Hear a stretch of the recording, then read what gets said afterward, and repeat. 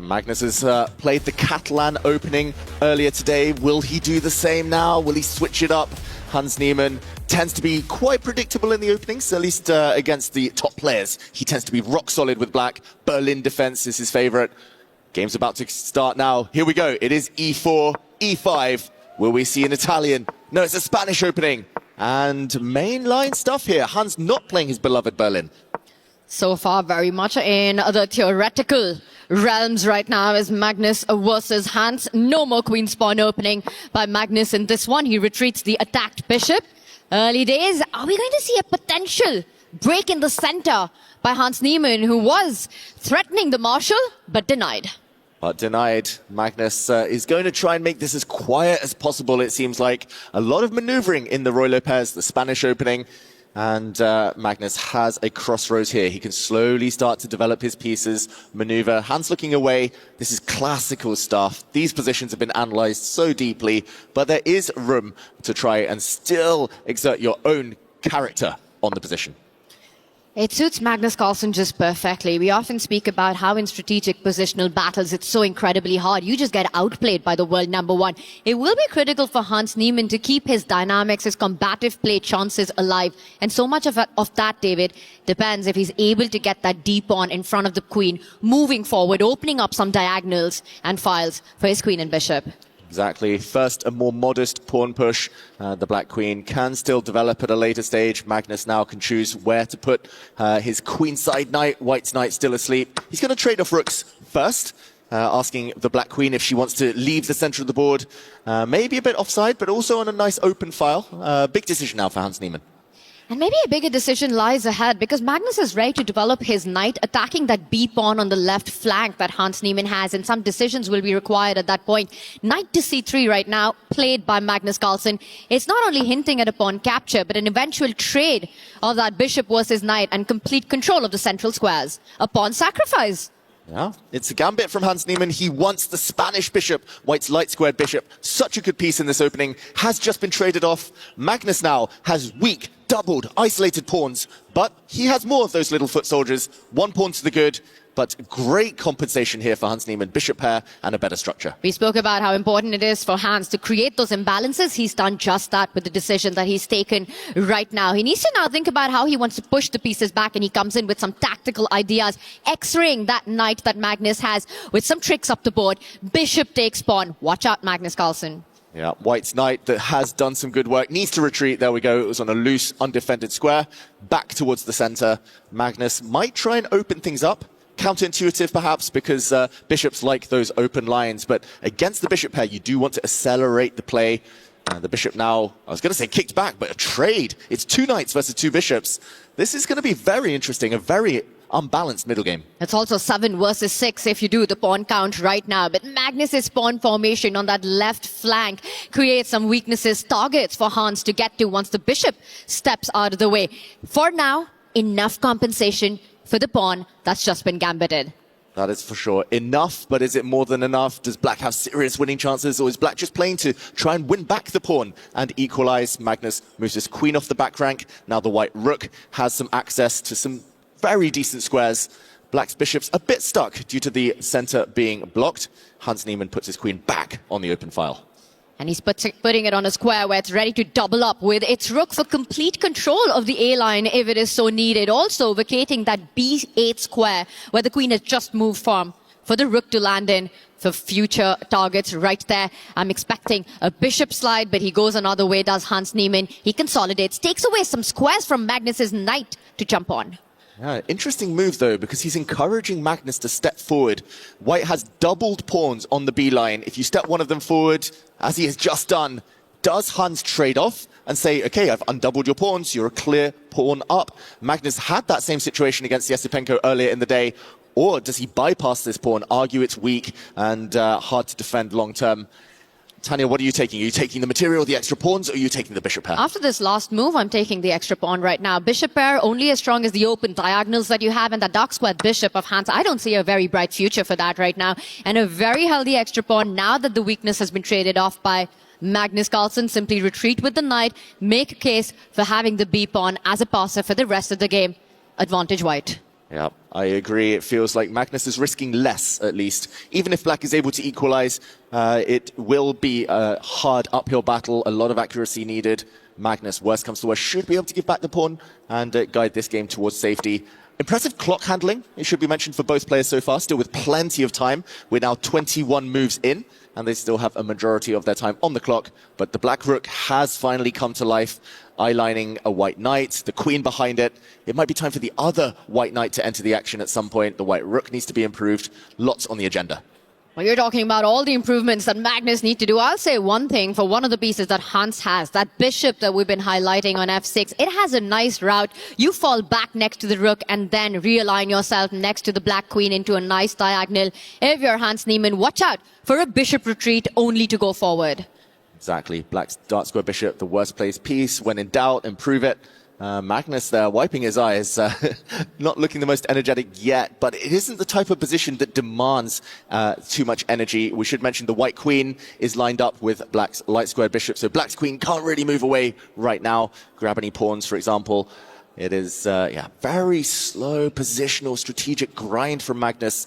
It definitely feels like he's playing against the opponent. He's kind of designed this game, this match strategy, specifically for Hans here. And David, Magnus just does that so well. Read the position, read the opponent as well, as Hans does improve, but it's the other bishop for now.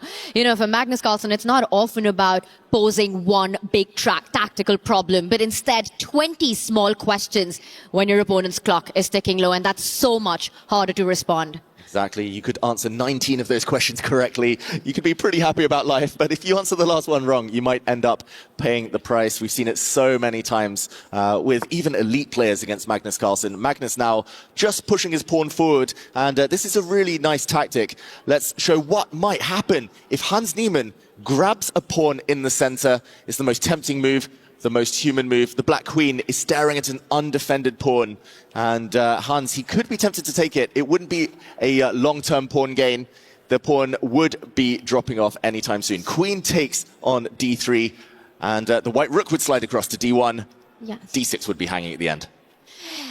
Wow, and that's for on pre right now. It is Hans's decision, and the big question will be, once the rook lines up against the Black Queen and the pawn, if queen takes pawn was to happen right now, David, rook d1 is a response that you need to have an answer to, as the d6 pawn right behind the queen is being x-rayed as well, and Magnus would remain up a pawn. Instead, another approach by Hans Niemann right now. He says, I'm not going to trade the d-pawns just yet. I leave you, Magnus, with your weakness. I continue improving my pieces. Yeah, this is something you've been calling out for a while, Tanya. That Black Bishop was pretty much dead, staring at its own pawns. It wants a more prosperous diagonal, ideally maybe even lining up with the White King. Black's Bishop's pretty decently placed, and a very good move there from Hans Niemann. And this might be the moment that you need to seize, because if not now, Magnus might not ever get that central break in. Now that the eye is off the d4 square by that dark square bishop, Magnus can strike in the center.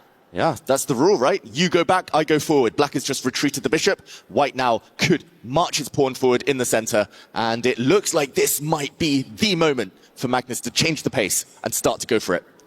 Feels like a cat and mouse game so far. And it's been Hans Niemann who's been on the mouse side of things, just being a bit cagey, down upon, finding that compensation, but maybe slightly just struggling for it. 6 minutes to Hans, 5.5 to Magnus Carlsen. Does he lash out with the central break? He does. He was trying to maybe control his impatience there. He wants to create the action. Of course he does, but ultimately it was the right moment to do so. And Magnus did decide to push forward. A capture in the center for Black would be on White's terms. White's knight would be able to leap forward to a very, very nice square. So pressure. Suddenly Black uneasy here, feeling uncomfortable about this tension. I have to say, though, Hans has been fantastic in this game so far, sacrificing an early pawn and finding ways to improve the position of his pieces. Look at the rook on the open C line, the queen on the open A line, one bishop nicely poised on the longest diagonal, the other ready to join the party. But it's a whole extra pawn for Magnus Carlsen. So for Hans, he needs to continue the momentum. Where is he finding it? The E5 pawn, the central pawn, now under fire. And that's the hardest thing, right? You've played great, you've made loads of logical moves, you've improved your pieces, but you're playing against the GOAT and you're a pawn down. Suddenly you're down on time as well. Hans Niemann still needs to continue playing accurately, and this might be the biggest question he's faced so far on this move. To trade, not to trade. If not, what to do. He moves his queen forward, defending along the 5th rank, controlling the central pawns. But Magnus can continue improving. He can maybe step forward his pawns in the center, or he could just activate the white rook. Defends the pawn for right now. Does Hans Niemann. Getting ready again to get that bishop on the b6 square. A better place, and Magnus trades. Is he ready to jump in with a knight to the central post, disconnecting the black queen from that central pawn? He first reinforces the defenses on the d line, activates his rook, does Magnus. Knight d5, a threat on the board. Yeah, it's so rare to see 2 knights just as strong as a bishop pair, especially because it's pretty open now. But White's knights are about to jump, about to land in the center, and Magnus, I think he's pretty confident here. Evaluation bar says advantage White. It's not at the +1 mark. White is a pawn up, so it's not a full pawn. There is compensation. Black's bishop's looking good, but Hans is definitely the one who needs to prove it. It's going to come down to a time scramble. It might be a flag fest at the end of it right now. So many imbalances. You've got 2 knights versus 2 bishops. You've got an extra pawn for Magnus. 2 majors on the board right now. With this last move, Hans Niemann also hinting at a tender spot next to the white king, the f2 pawn. I should mention, Tanya, Magnus, we're so used to seeing his heart rate pretty stable around the 80-90 mark maximum. He's had a heart rate of over 110 now. I think that just shows how much he wants it. The knight's jumped in, it's been captured, bishop pair gone. But this game, this match means more to them than most, that's for sure. It's not a heart rate, it's the Hans rate for Magnus right now that we're seeing with 114. And this is what I was talking about, David. The queen and the bishop battery. Watch out, queen takes pawn, a big threat. If you move your rook up the board on the 2nd rank for a defense, there are checks that you need to be careful about. Also, Hans's e-pawn ready to march up the board. Magnus looking a little uncomfortable. Yeah, he might have just rushed slightly, Magnus Carlsen, with his knight jump into the center, maybe underestimating the pressure on the diagonal. Magnus now has had to bring his rook back where it came from, back next to the white king, purely a passive square. Shake of the head, Magnus not happy at all. Still a pawn up, but suddenly black is very active. White has 2 isolated pawns. The black central pawn can push forward. Momentum, Hans Niemann. Wow, and I just want to point out that Hans has the option to push that pawn, hit that knight on f3. Now that he's made the white rook passive as well, there are also ways for the black rook to start targeting the white queen. It just feels like Magnus has been forced into going into a defense when that's not what he was looking for. His most active piece is off the board, and it's Hans on the momentum. Yeah, let's just show that variation. You mentioned rook lining up with the queen. There would be a huge trap here if white gets greedy. Knight takes pawn. There would be a devastating tactic, a queen sacrifice in order to open up the black rook. And this would end up in a big advantage materially for Hans. So there are lots of interesting moves here, pushing the pawn forward, maybe the most natural of the bunch. But Hans needs to keep that flow he's been picking up over the last few moves. Clock ticking down, heart rate high, but he needs to keep going. Get an unbalanced position and have more time on the clock. That is Hans Niemann's chance against the world #1. So far, he's been doing just that. A rook under attack right now with Magnus's last move. There's also a pawn at the center of the board that you need to be careful about. He targets Magnus's pawn instead. Attack, the best form of defense. Yeah, Magnus's pawn in the center, the white pawn is about to drop off, so he might as well grab something else in return. The white knight most likely has to retreat now. White's still a pawn to the good. The position is clarifying, though. Bishops tend to be better than knights with pawns on both flanks. Such an open board. Should be full compensation. But how many times have we seen it, Tanya? Magnus, tiny advantage, something to hold on to, something to grind with in an endgame. It feels like Magnus, it's a 2-result position. He shouldn't be losing unless something crazy happens. It's that kind of position where if Magnus gets the B pawn rolling up the board, he can create some actual liquid pressure. But until then, you know, you've got Hans with his own ideas. The queen, bishop, and rook beautifully placed. Magnus does what he does every time, centralizes his queen. It's one of his favorite moves in chess.